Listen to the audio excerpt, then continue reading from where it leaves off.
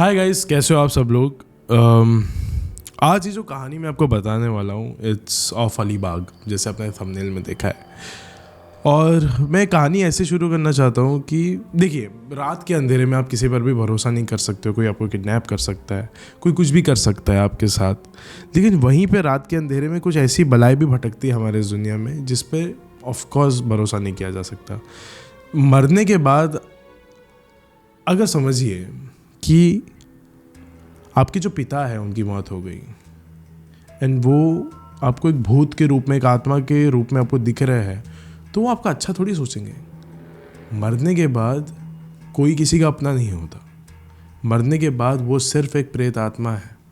आप किसी पे भरोसा नहीं कर सकते। इनका इस अलीबाग एक ऐसी जगह है which is really very isolated. वहाँ पे लोग रहते हैं ऑफकोर्स, लेकिन इट इज़ वेरी आइसोलेटेड।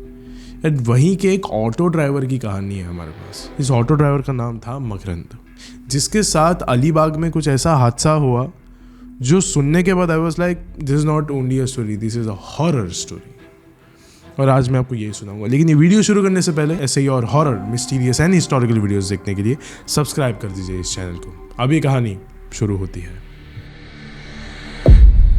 कारले खिंड, ये अलीबाग का वो इलाका है। ये एक ऐसा रास्ता है जो कि जंगलों से पूरा घिरा हुआ है। यहाँ पे जब आप आधी रात को जाओगे, अकेले रहोगे या फिर आसपास भी आपके लोग रहेंगे, स्टिल आपको थोड़ा बहुत खौफ महसूस होगा, क्योंकि वहाँ पे अंधेरा बहुत ज़्यादा रहता है। It is pitch black over there. जो भी यहाँ से गुजरता है उसको हमेशा ये बात पता रहती है कि हमें ये रास्ता जल्दी तय करना है, जल्दी निकलना है हमको यहाँ से। एंड मकरंद नाम का ये जो ऑटो ड्राइवर था, वो वहाँ से दिन में 3-4 बार तो उसका आना जाना रहता है। लेकिन ये एक बार की बात है कि एक बार उसको ऐसा लगा कि आज रात के लिए मैंने जो ड्राइविंग किया है इट्स इनफ। तो उसको एक लास्ट सवारी चाहिए थी। वो ऑटो स्टैंड पे जाके खड़ा हो गया।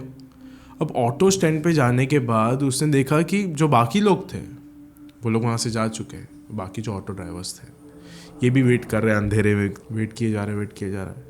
ऑल ऑफ अ सडन उसने बोला, चल कोई नहीं आ रहा, मैं घर निकलता हूँ। वो बैठा अपने ऑटो के अंदर। बैक मिरर पे उसने देखा ना जब, तो उसने देखा कि एक आदमी खड़ा है रास्ते के बीच में, कुछ नहीं कर रहा है, बस खड़ा है।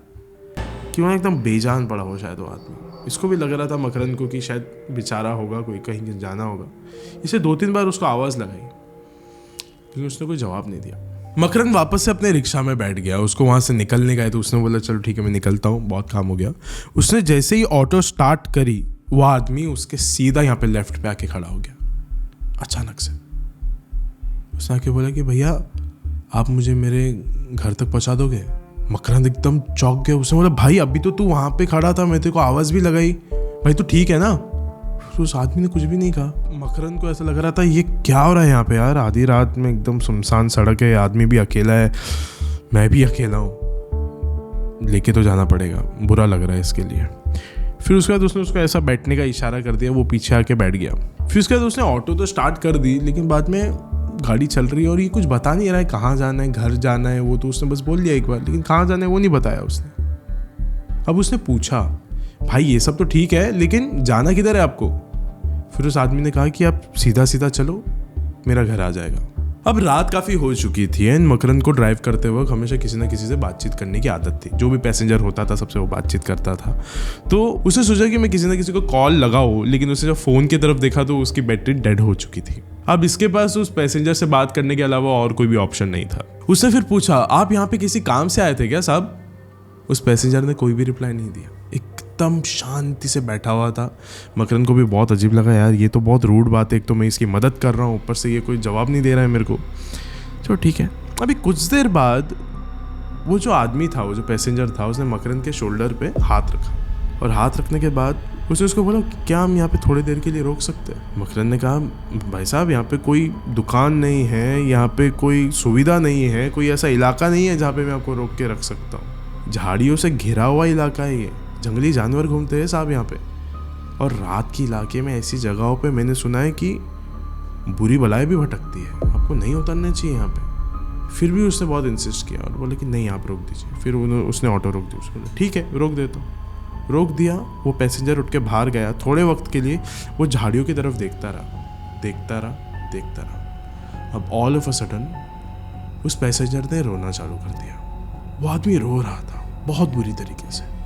सिर्फ रो रहा था। अभी अचानक से मकरंद को लगा कि ये क्या हो गया यार, अभी तक तो ठीक था ये आदमी, अचानक से रो कैसे सकता है। उसके बाद जैसे ही उस आदमी ने देखा कि मकरंद उसकी तरफ देख रहा है, वो अपने आप चलते हुए झाड़ियों के अंदर चला गया। मकरंद ने बहुत आवाज़ लगाई कि साहब आप जा कहाँ रहे हो, अरे रुको।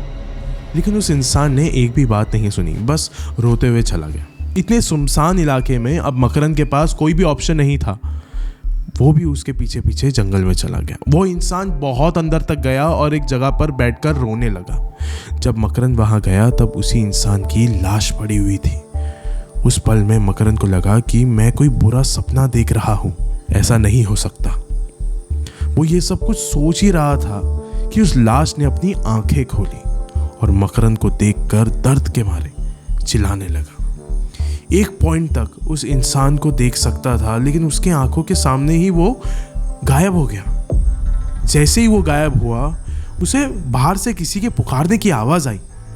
मकरंद भागते हुए जंगल के बाहर आया। हालांकि पूरे रास्ते में उसे किसी के होने का एहसास हो रहा था, जैसे कि उसी के साथ कोई उसी के पीछे दौड़ रहा हो। जब वो बाहर आया, उसने देखा कि वो इंसान उसी ऑटो में बैठा हुआ था।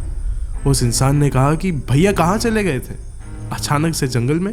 मकरंद अपने रूह तक कांप चुका था कि मैंने खुद अपनी आंखों से देखा है इस इंसान को भागते हुए जंगल के अंदर जाते हुए, रोते हुए उस जंगल के अंदर जाते हुए। ये इंसान यहाँ पे आके बैठा हुआ है, ये कैसे हो सकता है। वो बैठा फिर भी ऑटो के अंदर और इस बार पूछा कि सर मैं आपको एक फाइनल बार पूछ रहा हूँ कि आपको जाना कहाँ है। उसने बैक मिरर पे देखा मकरंद ने, तो वो इंसान ने कहा कि मुझे अपने घर जाना है, आप सीधा सीधा चलाओ, मुझे अपने घर जाना है। अब मकरंद देखे जा रहा है, उसको बहुत ज़्यादा टेंशन आ रहा है क्योंकि इसने इस इंसान की लाश उस जंगल के अंदर देखी है, इस इंसान की लाश, और अभी ये इंसान यहाँ पे भी बैठा हुआ है।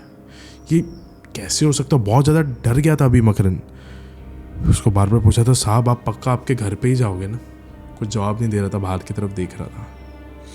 अभी ऑल ऑफ अ सडन ना उस इनकी ऑटो के बाजू में से एक और एक ऑटो गुजर रही थी। उसे जस्ट ऐसे ही बाहर देखा, उसने देखा कि जो ऑटो है वो तो एक दूसरा आदमी चला रहा है, लेकिन उसके पीछे जो पैसेंजर है वो वही पैसेंजर था जो कि इसके ऑटो के पीछे बैठा हुआ था। वही आदमी जो इसके ऑटो में था मकरंद के, वो भी वही आदमी था। जो बाजू वाले ऑटो का पैसेंजर था वो भी वही आदमी था। मकरंद ने तुरंत ढेर सारे हॉर्न मार मार के उस ऑटो वाले को रोका। वो ऑटो वाला भी इसके ही ऑटो के सामने आके रुक गया। अब इसे जल्दी जल्दी वो जो पीछे पैसेंजर बैठा था उसको कहा कि साहब बस 2 मिनट दो, मैं आता हूँ। वो बाहर निकला ऑटो से और एकदम दबे हुए कदमों के साथ वो आगे वाले ऑटो के पास गया। वो गया, उसने देखा कि ऑटो जो चला रहा था वो तो बैठा हुआ था, लेकिन उसके पीछे जो पैसेंजर दिख रहा था वो नहीं दिख रहा था। वहाँ पे कोई बैठा ही नहीं था। उसने कहा कि भाई तेरा पैसेंजर कहाँ है। उसने कहा कौन सा पैसेंजर यार, पागल हो गया, कहाँ चल रहे, वो भी तो देख। अभी खरले खिंड में मैं कोई और पैसेंजर को उठाने का जोखिम नहीं उठा सकता, बिल्कुल भी नहीं। इतनी रात हो रही है भाई, पागल हो गया क्या तू, चल मेरे को जान दे यहाँ से। अभी मकरंद को लगा कि ये कैसे हो सकता है यार, मैंने तो अभी अभी देखा था कि इसके भी पीछे एक पैसेंजर बैठा हुआ था। ये सारी चीज़ें क्या क्या हो रही है मेरे साथ। पहले ही मेरे पैसेंजर का रोना और जंगल के अंदर जाना, फिर वो लाश दिखना, फिर मेरा पैसेंजर उस ऑटो के पैसेंजर के जगह पे दिखना। ये सब कुछ एक भ्रम है या फिर सिर्फ एक इत्तेफाक।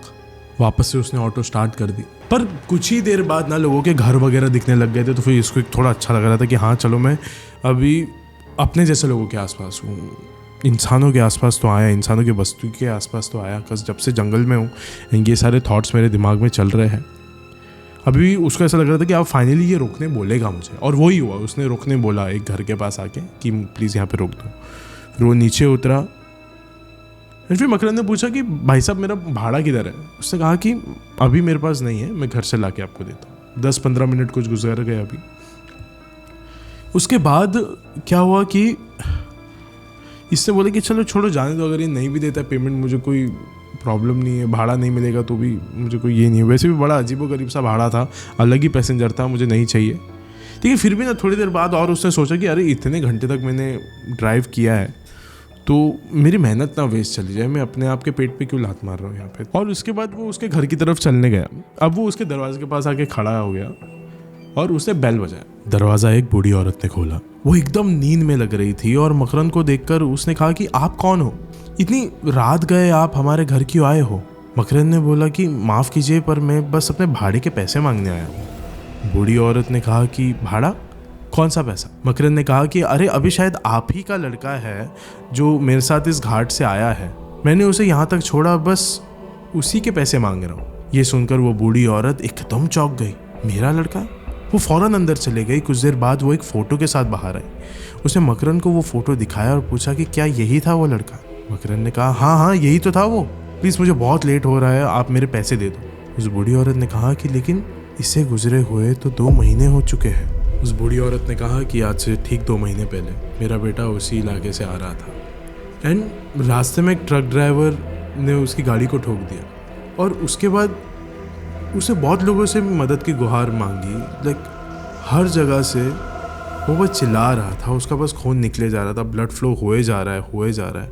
कोई भी उसकी मदद नहीं कर रहा था उस समय। वो भागते भागते एक जंगल के अंदर गया, दर्द के मारे चीखते चिल्लाते हुए, रो रो के, और वहीं पे जाके किसी एक पेड़ के पास उसकी मौत हो गई। और आप पहले नहीं हो जो यहाँ पे आए हो ये बोलने के लिए कि आप मुझे आपका बेटा दिखा है वगैरह वगैरह। इस 2 महीने के अंदर न जाने कितने ही लोग यहाँ पे आए हैं, हर रात को आके कहते हैं कि हमें आपका लड़का दिखाई दिया है। कभी कोई ऑटो ड्राइवर आता है, कभी कोई लड़की आती है, कभी कोई बस वाला आता है, कभी कोई कंडक्टर आता है, लेकिन मैं हर किसी को एक ही चीज़ कहती हूँ कि आज से ठीक 2 महीने पहले मेरे लड़के की मौत हो चुकी है। अब जो मकरंद था उसके तो पैरों तले ज़मीन खिसक चुकी थी, लेकिन ही वॉज नॉट शॉक्ड इतना भी ज़्यादा, बिकॉज उसको पता था कि ये इंसान के साथ कुछ तो गड़बड़ है, कि ये शायद इंसान ही नहीं है, ये अलग दुनिया का आदमी है, ये हमारी इस दुनिया का है ही नहीं।